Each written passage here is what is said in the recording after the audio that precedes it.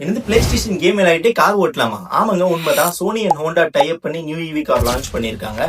புது புது கார் வந்துட்டு தான் இருக்கு. பட் இதுல என்ன புதுசா எடுத்துட்டு வந்திருக்காங்க அப்படின்னா யூசர் சென்ட்ரிக் எக்ஸ்பீரியன்ஸ் டெக்னாலஜி. அப்படின்னா நம்ம ஃபர்ஸ்ட் டைட்டில்ல பார்த்த மாதிரி இம்மர்சிவ் என்டர்டைன்மெண்ட். ஒரு பேனரோமிக் லார்ஜ் டேஷ்போர்ட் டிஸ்பிளே, அதுல வந்து மூவிஸ், கேம்ஸ் அண்ட் மியூசிக்ஸ் இருக்கனால நம்ம லிவிங் ரூம்ல இருக்க இந்த எக்ஸ்பீரியன்ஸ் தரும். அடுத்து பர்சனலைசேஷன். இந்த ஏ அசிஸ்டன்ட் வந்து நம்மளோட seat position, playlist, driving style இது எல்லாமே லாக் பண்ணி வச்சுக்கிறோம்.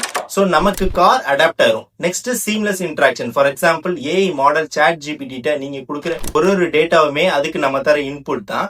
நம்ம டேட்டாக்கு அகெயின்ஸ்டா அது மாடல் ட்ரெயின் பண்ணி டெவலப் பண்ணிக்கும். ஸோ பிளே மை பிளேலிஸ்ட் அப்படின்னு நீங்க சொன்னீங்க அப்படின்னா நம்ம வாய்ஸ் கமெண்ட்டுக்கு ஏற்ற மாதிரி நம்ம ஃப்ரீக்வெண்டா பிளே பண்ண சாங்ஸை பிளே பண்ணும். லாஸ்டா comfort and safety. 40 sensors, AI monitoring இருக்கு. ஸோ எக்ஸ்ட்ராடினரி சேஃப்டி ஃபீச்சர்ஸ் இதுல இருக்கு.